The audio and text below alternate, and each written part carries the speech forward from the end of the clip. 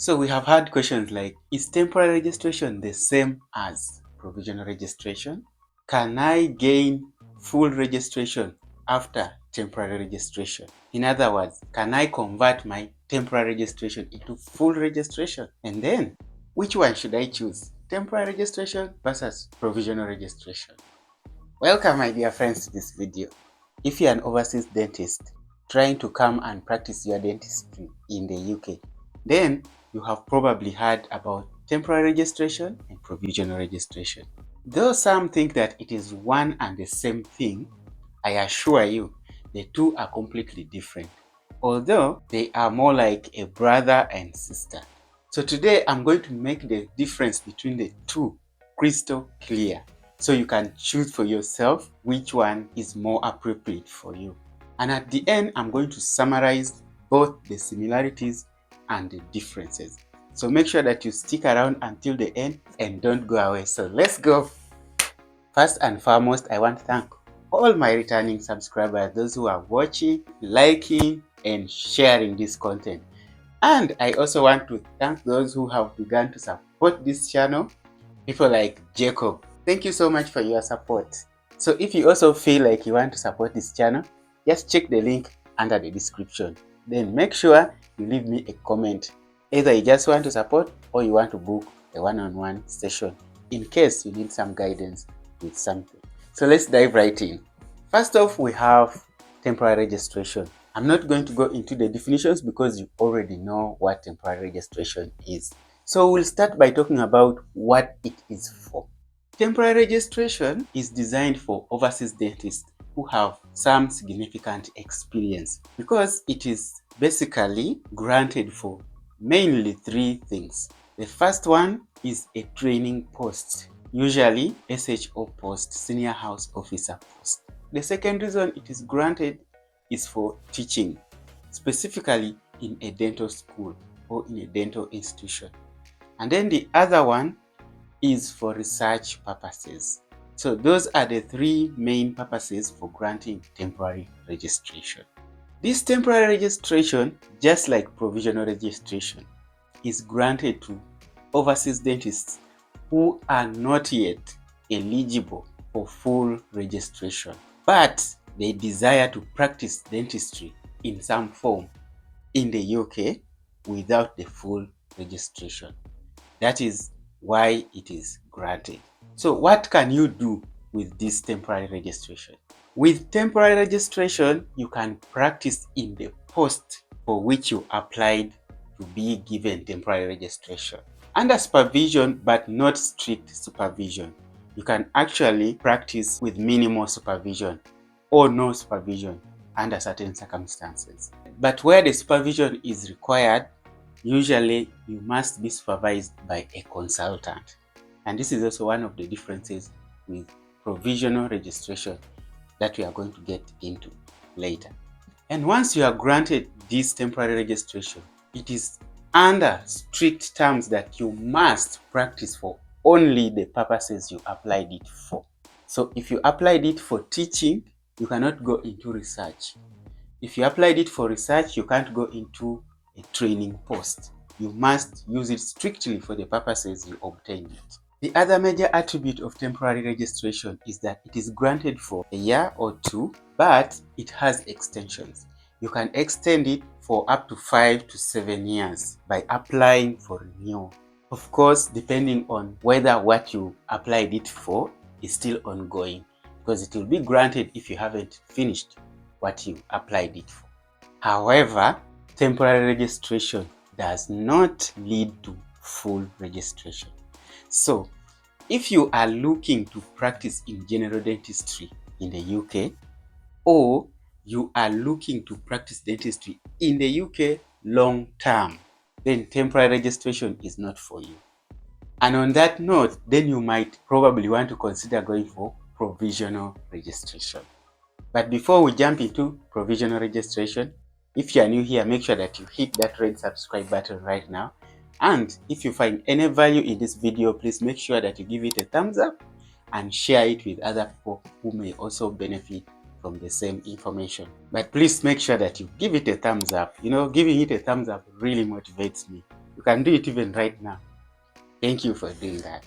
Okay, let's move on. Provisional registration. First off, we must accept that everything we are going to talk about under provisional registration is under proposal. As we are aware, the process of bringing provisional registration into force is still ongoing, and I made an update on provisional registration and the proposals that the GDC submitted before it is taken to Parliament for approval and then eventually assent and then implementation. If you haven't watched that video, you can just click right here and then you watch it, and you can see all the updates that the GDC proposed for provisional registration. However, in this video, let's just go ahead and summarize the important differences between provisional registration and temporary registration. First, who is provisional registration for?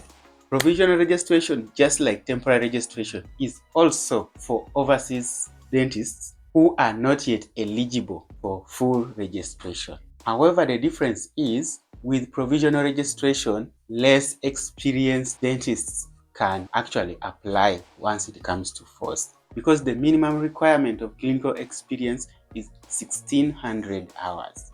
But with temporary registration, because you are going into either a specialization training program, a research program, or into teaching in a dental school, definitely your experience must be much higher than for person applying for provisional registration. So that is also one of the significant differences. So scope of practice.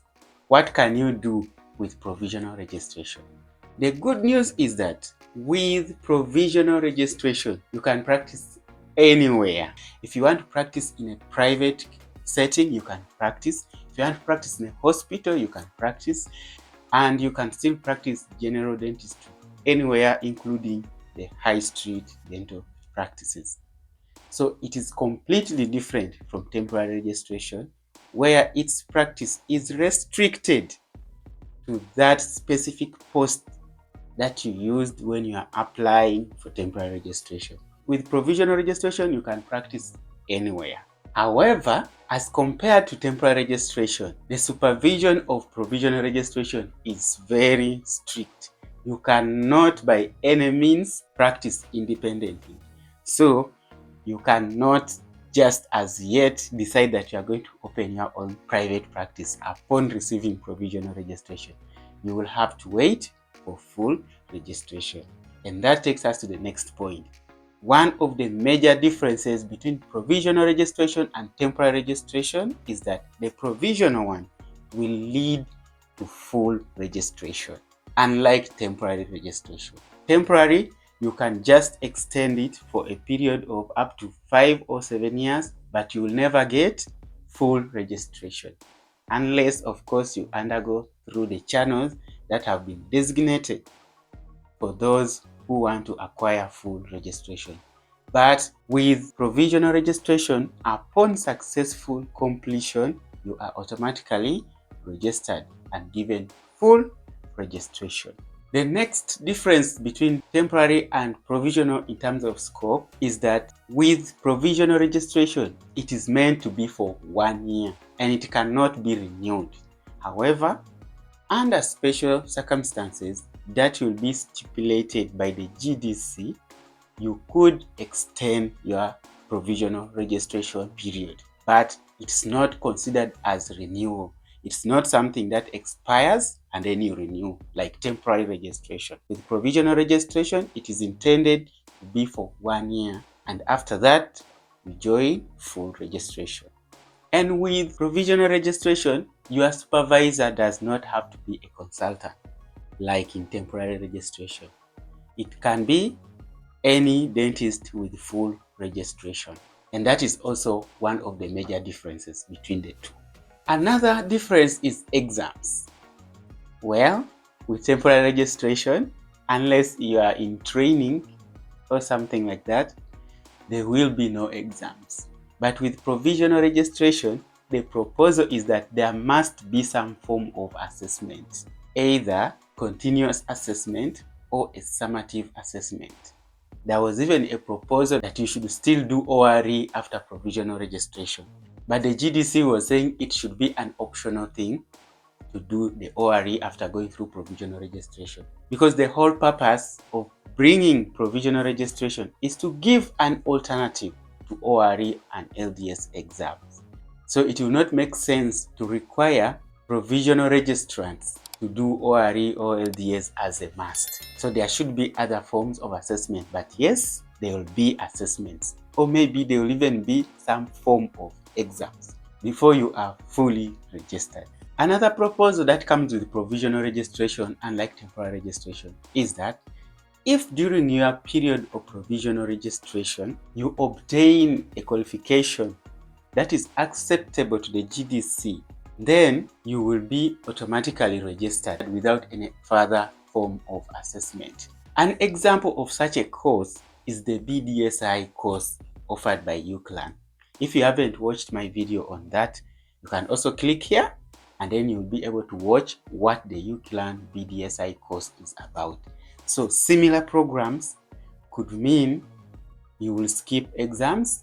Once you complete it, then you enter into the full register without further assessments. So now, having talked about each of them independently, I think it is better we summarize the differences as follows. With temporary registration, it's meant for experienced dentists. It's for a specific role, teaching, training, or research. It's granted for 1 or 2 years but can be renewed, and you may not require to take exams depending on the role that you have taken, and you must be supervised by a consultant if you need supervision. You may also practice without supervision under some circumstances or minimal supervision. And finally, and probably most importantly, temporary registration will not lead to full registration. You will have to pursue full registration independently. But with provisional, you must be supervised, but not necessarily by a consultant, any fully registered dentist in the UK. It leads to full registration, but you will not be allowed to practice independently under any circumstance. But you can practice anywhere under any setting with your provisional registration. It is typically granted for 1 year, but can be extended rather than renewed. And you should expect assessments continuous or at the end of the period before obtaining full registration. So if you are looking to practice dentistry long term, especially general dentistry, then provisional registration will be for you. Alright, I hope that clears things up and makes everything crystal clear as I promised. I hope you found this video helpful, and if you did, please don't forget to give it a thumbs up and share it with your friends. And if you have any question, please drop it under the comment section and I'll be glad to respond to that. Thank you for watching. See you in the next one.